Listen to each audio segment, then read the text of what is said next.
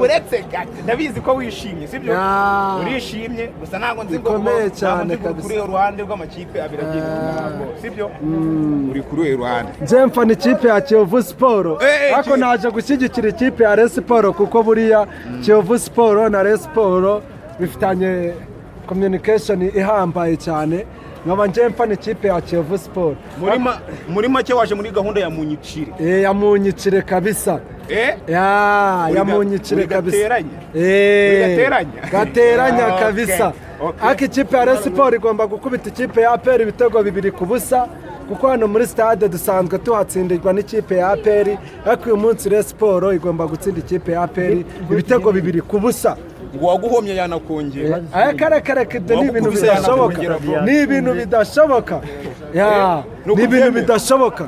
yego ibitego 2-0 prediction yanje ni ibitego 2-0 by'ikipe ya Rayon Sport itsinda ikipe ya APR.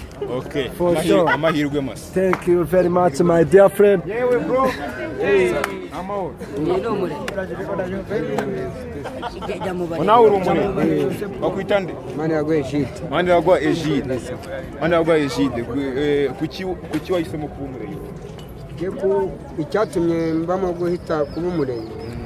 Nje nabyirutse fanariyo kuko n'ababyeyi banje nabyirutse mbona abafana kandi igituma fanariyo nuko ndi umutura kandi rero ni y'abaturage nicyo gituma yifana match y'uyu munsi rero urayivuga match y'uyu munsi kintu nyivuga apere nsinzi igihe kinini cyane ndashaka nanjye urashaka kuyishyura ibitego bingahe nibuze igitego kimwe kuko nicyo numva cyanshimisha kuruta kuba natsinda ibitego birenze ariko na bitanu ufite ubushobozi bwo kubitsinda icyo nizera cyo nuko ngomba kwitsinda amahirwe masa